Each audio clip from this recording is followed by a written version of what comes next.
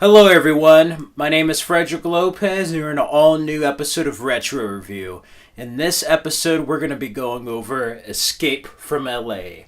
from 1996, directed by John Carpenter. Here we go.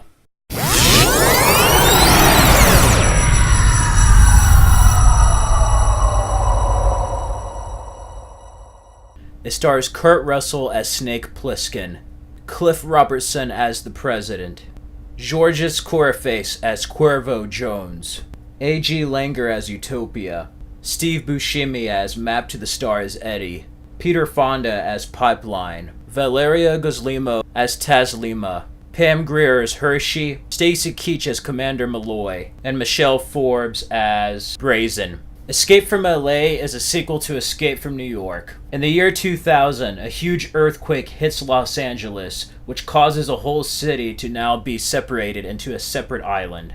In that year, the new life-term president of the United States of America, an outspoken moralist, declared that all people not conforming to the high morals set by the country will be deported to Los Angeles. In 2013, Cuervo Jones, a terrorist, invades the dreams of the president's daughter, Utopia, and brainwashes her into stealing a device from a weapons establishment. She runs with Cuervo to the island. Snake Plissken, hero of Escape from New York, is now once again forced to work with the government and go to the island of Los Angeles to get the device. He is poisoned to ensure his cooperation. Like New York, Los Angeles is now a decaying city, full of scum and weirdos. Snake Plissken has 9 hours to find the device and Utopia before the poison kills him. It was about 15 years after the first movie, so the first one was set in 97, this is in the future of 2013. Again, we're in the year 2017, it's not 2013, but still, there's a lot of issues like Escape from New York, which you could relate to today, especially with like fascism. There's a saying in this film, the more things that change, the more they stayed the same, and that's really to be expected with Escape from L.A. It's practically the same movie as Escape from New York, but done in a very different way. Now we have the setting of Los Angeles instead of New York City. Again, an earthquake happened in 2000, and this new president, played by Cliff Robertson, man, he is such a jerk in this movie. He has this rule about morality. Anybody who is sought to be unfit in this new moral state of the United States of America is deported to Los Angeles. And Snake, as always, is thought to be dead and is captured at the beginning. Pretty much, it's the same plot as the first movie, but he has to get the device, and the president's daughter is expendable. He has to go after this guy named Cuervo Jones. And he meets few characters along the way, like Steve Buscemi, Peter Fonda, and many others. Above all, it's a Los Angeles version of New York. Snake has a new and improved look, and Kurt Russell wrote this with John Carpenter after the earthquakes in 1994. They thought it was a good time. Also, there was going to be a script done in 1986, but John Carpenter didn't like it. It was kind of a campy, different direction, and it wasn't until Deborah Hill, Kurt Russell, and John Carpenter got back after the 94 earthquakes, Northridge earthquakes, that they wrote this film. And this came out in 1996. With a big budget. It's also the only film that Kurt Russell co-wrote. Kurt Russell, actually, after 15 years, still had the same fit, so he's wearing the same clothes at the beginning of the film that he did in the first film. I really like Stacy Keach's performance in this, as well as a character of Brazen. There's that other woman that's there. She has a brief role. She does a great job. Again, it's like the woman he met in Escape from New York. That was Kurt Russell's previous wife. And of course, she gets killed off early on. Bruce Campbell has a crazy cameo for those Evil Dead Burn Notice fans out there. And yeah, above all, it's a really good movie, but it is very expensive, and unfortunately, it doesn't show the budget of the movie. It looks rather cheap, campy, and just a little cheesy, which is bad because the way Escape from New York looked, it looked much bigger than the budget of the film. And this one, you ask yourself, where did the money go? Above all, it's not filmed the way Escape from New York was filmed, and I felt like if they spend the money better with CG and filmed it more like they did New York, but with Los Angeles, I feel like it would have been much better. But John Carpenter, as always, his films age like a fine wine, and this film is really ahead of its time. It's a satire on Los Angeles and Hollywood culture. It's a satire in America, practically. One of the best satirizations out there. It's up there with Starship Troopers and RoboCop as far as like being about fascism and different political ideals and what's going on with corporations and ultimately greed in the country with leaders. It really, really delves in there. Even has it where that woman's a Muslim and was deported to Los Angeles. Stuff very early on. It's almost like John Carpenter and Kurt Russell had like a crystal ball, saw the way the world was going in the 21st century and said, hey, we're going to make a movie about this. Because you got to remember, we go through some issues now, but this film came out in 1996. That was not a cool time to be saying some of that stuff.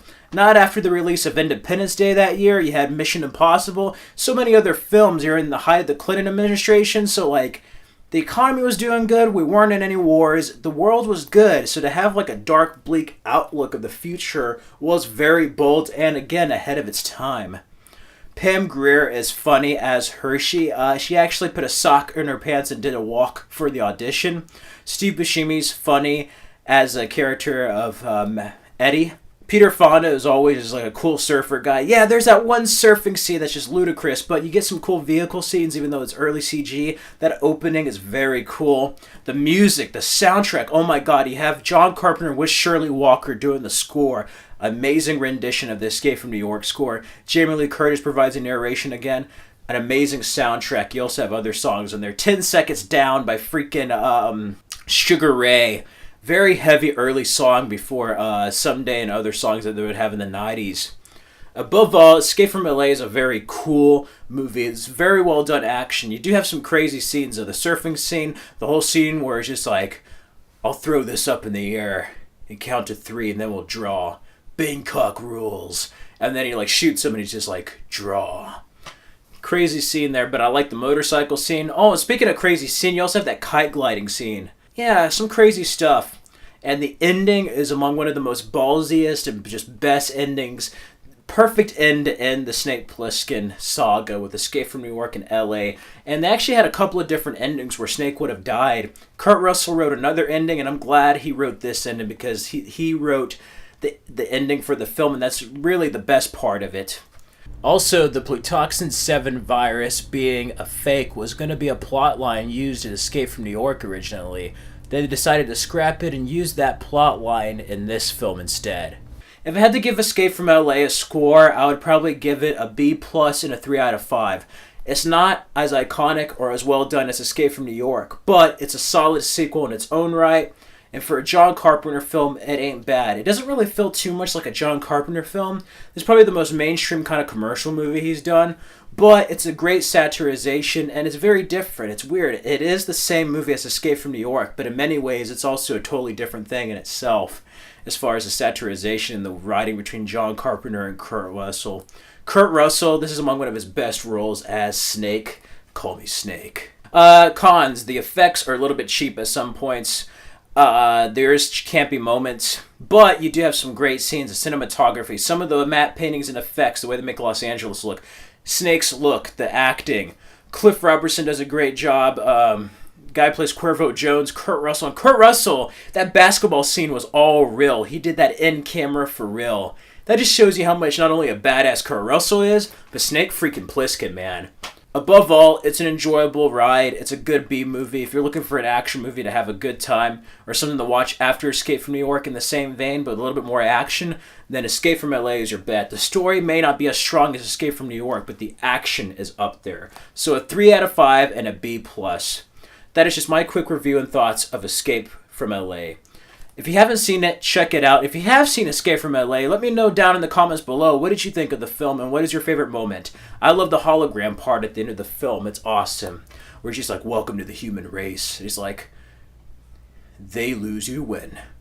The more things that change, the more they stay the same. And then he tells that woman, she's like, catches on quick, doesn't she? I just love that entire sequence at the end. That is all for my retro review of Escape from L.A. Again, if you like this video, click the like button, comment, and subscribe for more videos.